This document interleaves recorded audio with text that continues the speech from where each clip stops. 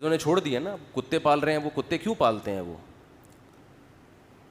بہت سے انگریز ہم لوگوں پر اعتراض کرتے ہیں کہ کتا اتنا وفادار جانور, تم اس سے دل کیوں نہیں بہلاتے؟ ہم کہتے ہیں انسان سے زیادہ وفادار نہیں ہے. کتے وہ پالے جس کے پاس پالنے کے لیے بچے نہ ہوں, انسان نہ ہوں, وہ پالے. اور کتوں سے صرف دل ہی بہلا سکتے ہو. کتا کما کے نہیں دے گا آپ کو, اولاد آپ کو کما کے دے گی. اولاد اپنے اختیار سے محبت کرے گی. کتا جو آپ سے محبت کر رہا ہے اپنے اختیار سے نہیں, قدرت نے, فطرت نے اس میں وفا اور محبت کے سافٹ ویئر انسٹال کیے ہوئے ہیں.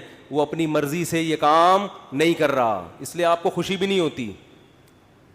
اولاد تو اپنے اختیار سے آپ کی خدمت کرتی ہے.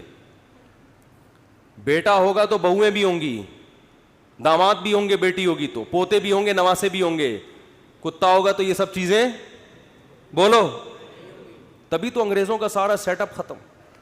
آپ کسی گورے سے ملے نا, یہ کون ہے, یہ گورا, تعارف کرو, یہ میرا فرینڈ ہے, یہ میری گرل فرینڈ ہے, بس سارا سیٹ اپ ختم. کبھی دیکھا گورا تعارف کروا رہا ہو آپ امریکہ کسی گورے کے گھر جائیں, یہ میری خالہ ہیں, یہ میری پھپھو ہیں, یہ میری ممانی ہیں, یہ میری چاچی ہیں, میری بھتیجی ہے, یہ میرا بھانجا ہے, یہ میرے بردر ان لا ہیں, یہ میرے مدر ان لا ہیں, اور یہ میری نانی ساس اور دادی ہمارے ہیں. تو اتنے پوری ایک چین چلتی ہے. انگریزوں کے یہاں یہ تکلف نہیں, بس میں ہوں, یہ پتہ نہیں کون ہے, اتفاق سے کل اس سے ملاقات ہو گئی تھی, دوستی ہو, اس سے زیادہ رشتے نہیں. ایک عدد اماں ہوتی ہیں, وہ بھی اولڈ ہاؤس میں. وہ بھی کہاں ہیں؟ اولڈ ہاؤس میں. تو وہ کتے اس لیے پالتے ہیں, اس لیے نہیں پالتے کہ وہ کتوں کی وفا سے ان کو بڑا اچھا لگتا ہے, اتنے وفادار ہیں. کتوں سے ہی سبق سیکھ لینا چاہیے انگریزوں کو کہ کتے تمہارے ساتھ وفا کر رہے ہیں, تم اپنے باپ کے ساتھ وفا نہیں کر رہے. سمجھ رہے ہو نا, یہ تمہارے ساتھ وفا کر رہا ہے اور تم اپنے باپ کو اولڈ ہاؤس میں جمع کرا رہے ہو. کتا نہیں جمع کرائے گا بڑھاپے میں تمہیں, وہ کہے گا جیسا بھی ہے برداشت کروں گا. غیر مسلموں کی جو خوبیاں ہیں نا, وہ اول نظر میں, پہلی نظر میں آپ کو, بعدین نظر میں بہت زبردست لگیں گی. جب آپ ان کی گہرائی میں جاؤ گے تو آپ کو لگے گا ان تلوں میں تیل نہیں ہے. یہ صرف اوپر اوپر کے اخلاق ہیں. میں اکثر ایک بات کہتا ہوں نا, کہ لوگ اکثر ہمیں کہہ رہے ہوتے ہیں کہ انگریزوں کے اخلاق بہت اچھے, تھینک یو, بات شروع کرنے سے پہلے 3 دفعہ تھینک یو. جیسے ہمارے کوئی وظیفہ جب بتایا جاتا ہے نا, تو شروع میں اول آخر 11 دفعہ درود شریف پڑھیں. تو انگریز بھی جب کوئی بات کرے گا تھینک یو سے شروع کر کے تھینک یو پہ ختم. اور ہمارے ہاں گالیوں سے شروع کر کے درمیان میں بھی گالی اور آخر میں بھی گالی. اتنا وہ تھینک یو نہیں کہتا جتنی ہمارے ہاں گالیاں ہیں. لوگ مجھے کہتے ہیں مفتی صاحب آپ پھر بھی کہتے ہو مسلمان اچھے ہیں, اتنی گالیاں دے رہے ہیں صبح شام, پھر بھی اچھے ہیں. اور انگریز ہر بات میں مسکراتا ہے, تھینک یو, پھر بھی. میں کہتا ہوں بھائی وہ تھینک یو پہ پیسے خرچ نہیں ہو رہے. ہم جب گھر میں جاتے ہیں تو ہم سے جو گھر والوں کے, بیگموں کے مطالبے ہوتے ہیں نا, گورا یہ مطالبے افورڈ بولو نہیں کر سکتا. ہم گھر والوں کو گھر مہیا کرنا کس کی ذمہ داری ہے؟ یہ جو بحریہ ٹاؤن کے پلاٹ کے لیے مچل رہا ہوتا ہے تو بیگم کی وجہ سے ٹینشن میں ہوتا ہے. بیوی نہ ہو تو روڈ پہ بھی زندگی گزر جاتی ہے. گھر کروڑوں روپے کا گھر لے کے دے گا, بچوں کے لیے پراپرٹی خرید رہا ہوگا, میں مر گیا تو بچوں کا کیا ہوگا. انگریز کرتا ہی ہے کہ میں مر گیا تو بچوں کا کیا ہوگا. کہ گورنمنٹ پالے گی, میں تھوڑی پالوں گا. ہمیں پتا ہے کہ بھائی ہم نے انتظام کر کے جانا ہے ان کے لیے. پھر محلے کے خراب لڑکوں کے ساتھ تو نہیں بیٹھ رہا, صبح شام یہ ٹینشن. دعائیں کرا رہے ہوتے ہیں مولوی صاحب کے پاس, مولوی صاحب دعا کرو میرا بچہ آج کل چرسیوں میں اٹھ رہا بیٹھ رہا ہے, دعا کرو کچھ انسان کا بچہ بن جائے. گورے کو یہ ٹینشن ہوتی ہے.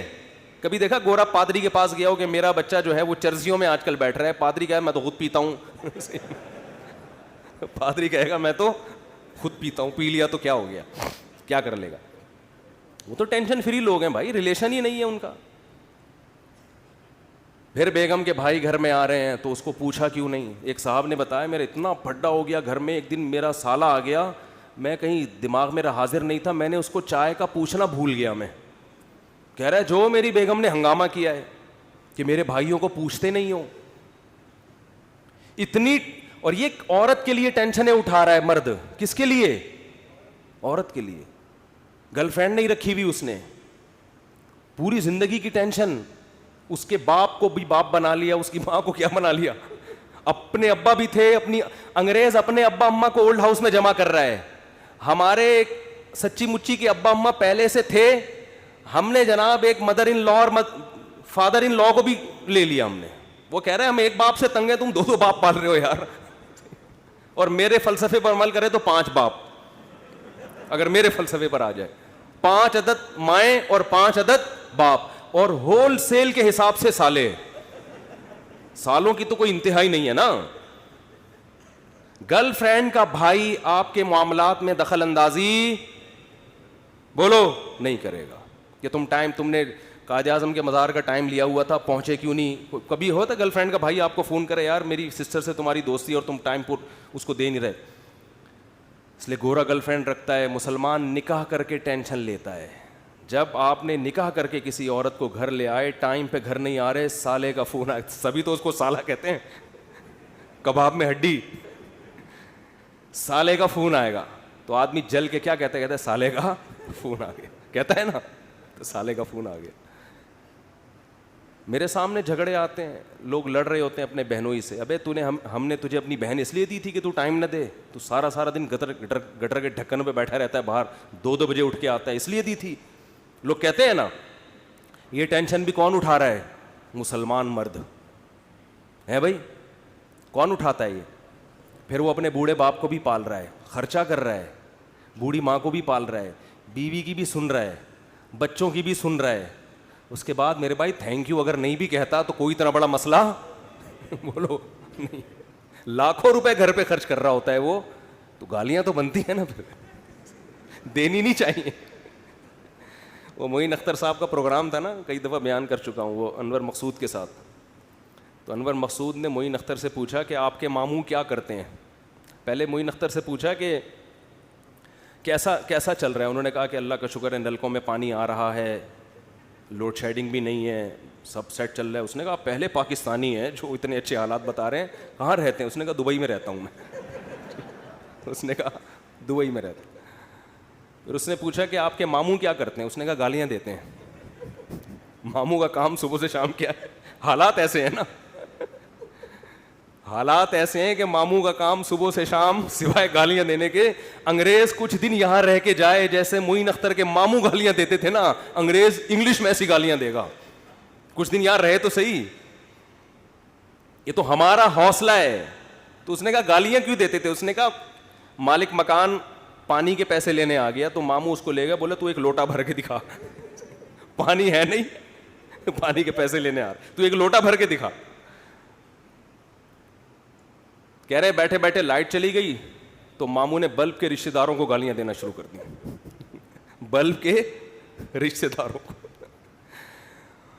تو ہم جس ماحول میں رہتے ہیں, مسلمان کا بہت بڑا ظرف ہے. وہ ایک عورت کے لیے بڑی قربانیاں دیتا ہے, بڑی اس کو عزت کے ساتھ گھر میں لے کر آتا ہے. اس کے بچوں کی کفالت, اس کے باپ کو عزت دینا, اس کے بھائیوں کو عزت دینا, اس کی ماں کو عزت دینا.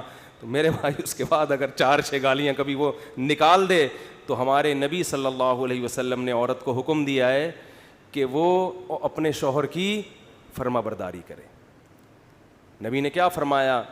یکفرن العشیر, شوہر کی نافرمانی کرتی ہیں. وہ نافرمانی کیا فرمایا؟ ساری زندگی احسانات کرتا رہے گا, اگر کبھی اونچ نیچ ہو جائے تو عورت جواب میں کہتی ہے ما رأیت منک خیرا قط, اللہ کی قسم میں نے تجھ سے کبھی کوئی خیر نہیں دی, میں تو آپ سے شادی کر کے پچھتا رہی ہوں. اور پچھتاتی بھی 3 بچے پیدا ہونے کے بعد ہیں کہ جب آدمی کے پاس اس سوال کا کوئی جواب بنے ہی نہیں کہ اب پچھتا رہی ہے تو بھائی ریورس بچے کہاں لے کے جاؤں گا میں. وہ صبر کے علاوہ اس کے پاس کوئی آپشن نہیں ہوتا.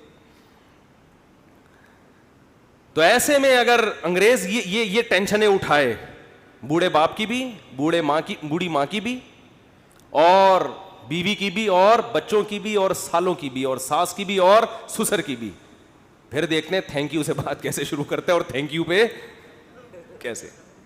وہ ایک صاحب کہنے لگے یار اتنے اچھے اخلاق ہیں. میں نے کہا کسی انگریز سے بولو 50 روپے دے, گالی دے دے مجھے یہ تھینک یو نہیں چاہیے. وہ کہے گا 50 روپے نہیں دوں گا, تھینک یو جتنا لینا ہے. یہ فری پھوکٹ کا تھینک یو ہے بھائی, یہ فری پھوکٹ کا تھینک یو ہے.